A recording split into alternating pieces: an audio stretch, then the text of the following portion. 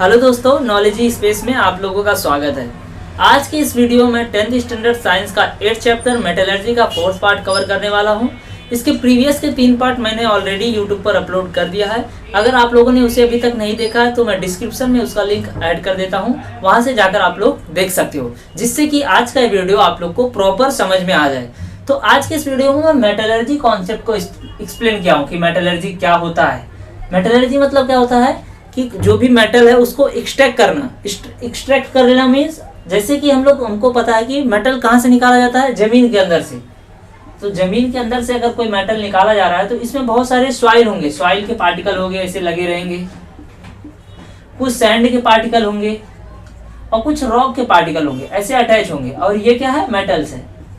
ये कंडीशन कब का है, जब हम लोग मेटल जमीन के अंदर से निकालते हैं। बट जैसे इनमें से कोई भी method, Wilfley table method, hydraulic separation method, कोई भी मेथड इसमें यूज होगा तो ये क्या हो जाएगा, मेटल हम लोग को प्योर फॉर्म में मिल जाएगा। मेटल हमें प्योर फॉर्म में मिल जाएगा। छोटे पार्टिकल जो भी हैं, सैंड के पार्टिकल या सॉइल के पार्टिकल, इसमें से निकाल दिए जाएंगे। अब ये क्या है, प्योर फॉर्म। और प्योर फॉर्म को ही हम लोग क्या कहते हैं, कॉन्सेंट्रेट फॉर्म। Concentrate form. अब हम लोग इस मेटल को हम लोग यूज में ला सकते हैं अपने, बट ये मेटल हमारे यूज के लिए नहीं है क्योंकि इसमें इम्प्योरिटी है, इसकी क्वालिटी नहीं अच्छी है, इसकी क्वालिटी अच्छी है। तो मेटलर्जी का यूज किस लिए किया जाता है कि मेटल को प्यूरिफाई करने के लिए मेटलर्जी टेक्निक का यूज किया जाता है। तो आज हम लोग आज के इस वीडियो में सिर्फ दो मेथड के बारे में पढ़ेंगे, दैट इज वेलफिली टेबल मेथड और हाइड्रोलिक सेपरेशन मेथड। और ये दोनों मेथड ही बहुत इंपॉर्टेंट है, आपको बोर्ड एग्जाम में पूछ सकता है, एटलीस्ट विथ डायग्राम 5 मार्क्स के लिए पूछ सकता है। तो दोस्तों, मेटल्स को प्यूरिफाई करने के लिए जितने भी मेथड हमको दिए गए हैं, वेलफिली मेथड है, हाइड्रोलिक सेपरेशन मेथड है, इन सभी को समझने के लिए हमको 3 चीजों के 3 टर्म्स क्लियर होने चाहिए। जैसे कि क्या, पहला मिनरल क्या होता है, मिनरल क्या होता है। दूसरा ओर क्या होता है, ओर्स क्या होते हैं। एंड तीसरा गैंगी क्या होता है, GANGUE, गैंगी क्या होता है। ये तीनों चीज अगर हम लोग को क्लियर हो जाएगा तो जितने भी मेथड दिए गए हैं उनको समझने में आसानी होगी। सबसे पहले हम लोग मिनरल को डिफाइन करेंगे। मिनरल क्या होता है, द सब्सटेंस नहीं, the naturally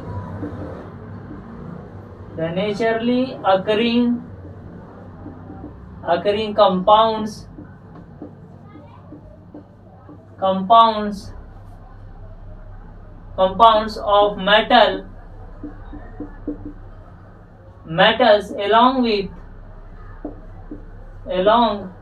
of metals along with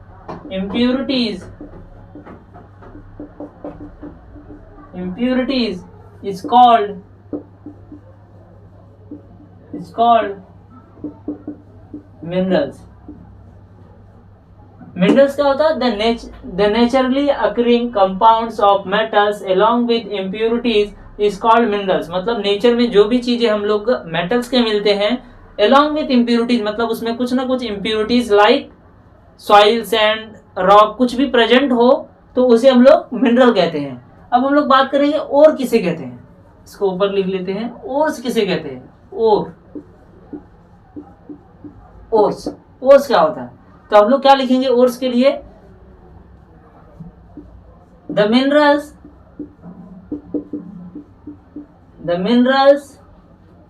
in which metals are present is called ores। Means ऐसे मिनरल जिसके अंदर मेटल्स मिलते हो उसे हम लोग ओर्स कहते हैं। तो हमें नेचर में कैसे मेटल कैसे मिलते हैं, ओर्स के फॉर्म में मिलते हैं। जमीन के अंदर से जब हम लोग निकालते हैं तो ओर्स के फॉर्म में होते हैं। सबसे पहले वो मिनरल के फॉर्म में होते हैं, फिर उसमें से ओर्स को कंसंट्रेट किया जाता है। अब ओर्स के अंदर हम लोग को पता है कि मेटल्स प्रेजेंट हैं तो उसे ओर्स निकाल लिया जाता है। उसमें से ओर्स को फिल्टर करके साइड कर दिया जाएगा, फिर मेटल निकाल दिया जाएगा। उसके बाद नेक्स्ट आता है क्या है, थर्ड वाला गैंगी। गैंगी गैंगी क्या होता है? The metals along with the metals present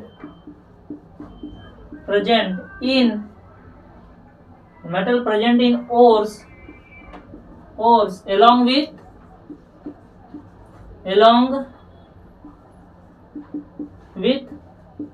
some impurities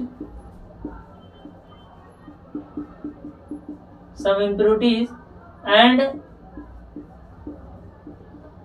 these impurities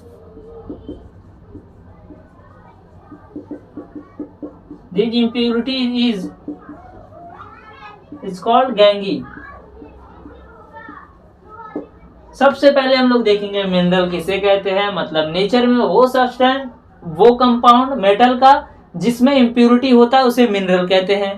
ores क्या होता है, ऐसे मिनरल्स जिसके अंदर मेटल्स मिलते हैं उसे ओर्स कहते हैं।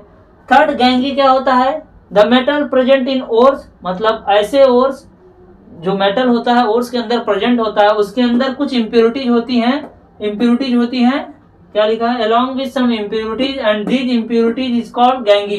वो इम्प्योरिटीज क्या क्या होती है, सॉइल होती है, रॉक होता है और सैंड होता है, ऐसा ब्रैकेट में लिख दो।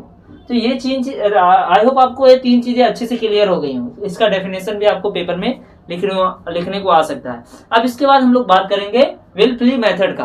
अभी ये समझ गया तो वो समझना आसानी होगा। आई होप ये कॉन्सेप्ट क्लियर हो गया आपको। इसका स्क्रीनशॉट ले लो आप लोग। तो दोस्तों जो फर्स्ट मेथड है किसी भी मेटल को प्यूरिफाई करने के लिए वो है विल्फुली टेबल मेथड। विल्फुली टेबल मेथड का यूज तब करते हैं जैसे कि कोई मेटल जमीन के अंदर से जब निकाला जाता है तो उसमें बहुत सारे सॉइल पार्टिकल्स, रॉक पार्टिकल और सैंड पार्टिकल्स होते हैं। तो ऐसे कंडीशन में वो इम्प्योर फॉर्म में होता है, बट उसको हम लोग प्यूरिफाई करने के लिए इस मेथड का यूज करते हैं, विल्फुली टेबल मेथड का। उसके बाद जैसे वो फिल्टर हो जाता है तो हम लोग उसको अपने यूज में ला सकते हैं। तो इस मेथड को हम लोग बहुत इजी वे में पढ़ेंगे, क्योंकि आपके बुक में मैंने देखा इतना डिफिकल्ट और कॉम्प्लेक्स दिया गया है कि एक बच्चा उसको पढ़ ही नहीं पाएगा, और पढ़ भी लिया तो भूल जाएगा, एग्जाम में लिख नहीं पाएगा। और ये क्वेश्चन मुझे लगता है कि 5 नंबर में आ सकता है। आपको क्वेश्चन कुछ ऐसे देगा कि write down the construction and working of the Wilfley table method. तो आपको उतना डिफिकल्ट याद करना बहुत भारी पड़ने वाला। तो इसके लिए मैंने एक ट्रिक बताया। क्या आपको क्या पढ़ना, वाइब, WIBES, वाइब्स होता ना, बोलते हैं आज की वाइब्स ऐसी है, मस्ती का वाइब्स। तो ये वाइब्स है, इसको याद कर लो, आपको विल्फुली टेबल मेथड आसानी से याद हो जाएगा। तो वाइब्स, V का मतलब क्या है, वाइब्रेशन। I का मतलब क्या है, इंक्लाइंड सरफेस या स्लोप। इंक्लाइंड सरफेस मतलब ये जो टेबल दिया है ना, वाइब्रेटिंग टेबल, वो कुछ इस तरीके से बना रहे, ऐसे स्लोप रहे, स्लोप इस तरीके से।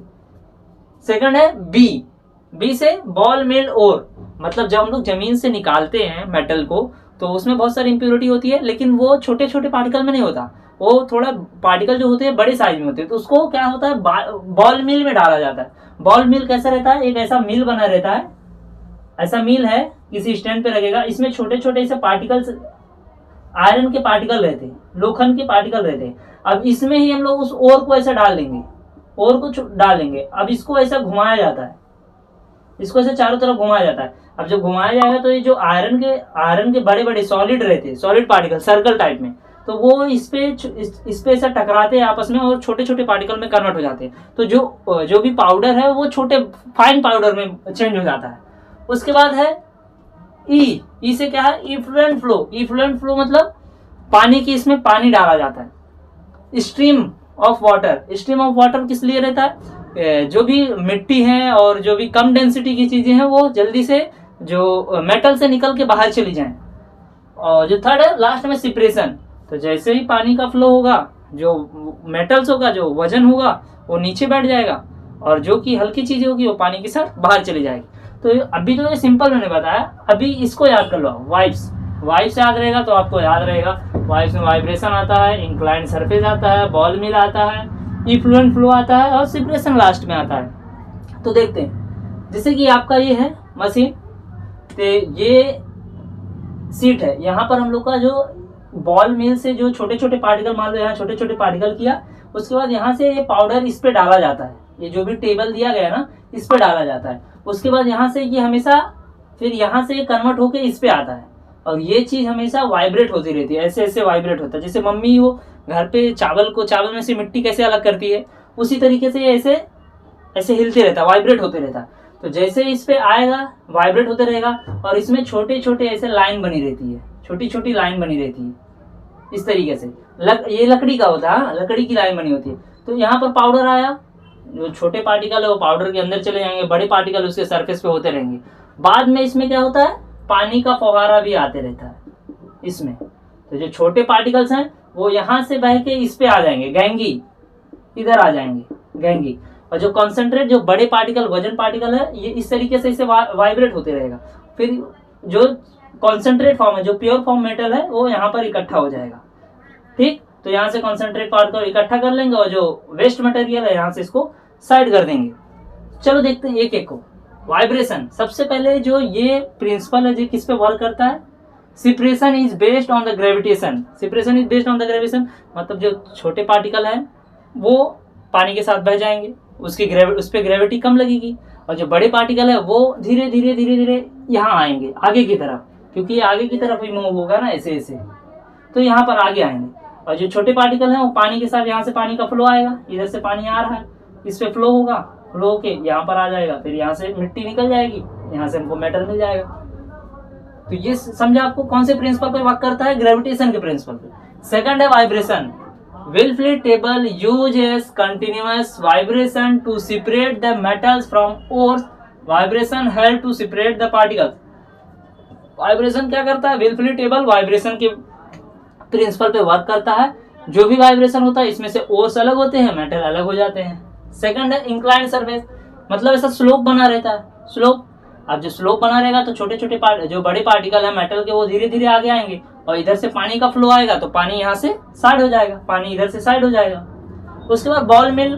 बॉल मिल का मैंने पहले बताया कि बॉल मिल जो ओर होता है वो बड़े पार्टिकल में होता है, लेकिन बॉल मिल में डाल के उसको छोटे छोटे पार्टिकल में कन्वर्ट किया जाता है। उसके बाद ई फ्लैंड फ्लो, जैसे पार्टिकल आएगा फिर पानी का बहाव होगा, पानी से गैंगी निकल जाएगी और मेटल साइड हो जाएगा। सेकंड है सेपरेशन, हो गया ना separation. Inclined surface, the table has inclined surface with wooden wedge fix on it. इसमें ऐसी छोटी छोटी लाइनें बनी होती है लकड़ी की। Second ball mill, the ore is converted into fine powder by using ball mill. This powder poured onto the table for separation। और ये जो पाउडर है, फाइन पाउडर बनता है, वो यहाँ पर पोर किया जाता है सेपरेशन के लिए वाइब्रेटिंग पैन पे। उसके बाद ई फ्लैंड फ्लो, इसी वाइब्रेटिंग पैन पे यहाँ से पानी का फ्लो होते रहता है, यहाँ ये पानी जो है यहाँ आते रहेगा इस पे। उसके बाद separation, this method separate lighter gangue from higher gangue particle by the flow of water. तो यहाँ पर जो भी ओर आएगा उसमें मेटल भी रहेगा, तो जब ओर आया तो मेटल भी रहेगा, तो इसमें से जो वेट, जिसका वेट ज्यादा रहेगा वो तो धीरे धीरे आगे की तरफ आएगा, लेकिन जिसका वेट कम रहेगा वो यहाँ से पानी के फ्लो से इधर आ जाएगा। आई होप ये सिंपल सा चीज आपको अच्छे से समझ में आया होगा और आप पेपर में इसको लिख भी पाओगे। तो क्या याद रखना आपको, vibe, V for vibration, I for inclined surface, B for ball mill, E for E flanged flow, S for separation. 5 चीजें याद रखो, आपका Wilfley table method finish. So I hope guys आपको विल्फली टेबल मेथड का concept अच्छे से समझ में आया होगा। और आपको अगर पेपर में बोर्ड एग्जाम में ये आता है तो 5 नंबर के लिए आप लोग 5 का 5 नंबर स्कोर कर पाओगे, क्योंकि इसमें मैंने ट्रिक बता दिया है वाइब्स का। तो आई होप आपको ये याद रहेगा। अगर इसके बावजूद आपको इसमें कुछ भी डाउट है या इससे इस चैप्टर में कुछ भी डाउट है तो आप लोग कमेंट में मेंशन करो। इसके नोट्स चाहिए तो वो भी मैं आपको प्रोवाइड करूंगा। सो गाइज अगर वीडियो पसंद आई हो तो चैनल को सब्सक्राइब करो और अपने दोस्तों में शेयर करो, जिससे कि उनका भी हेल्प हो सके, प्लस मेरे व्यूज और सब्सक्राइबर भी बढ़ सके, जिससे कि मुझे मोटिवेशन मिलेगा और मैं आपके लिए ऐसे ही ट्रिक में वीडियो लाऊंगा, इजी वे में वीडियो लाऊंगा, जिससे कि आपका बर्डन कम हो सके। So thank you for watching my video. Till then keep smiling, keep studying. So मिलते हैं नेक्स्ट वीडियो में।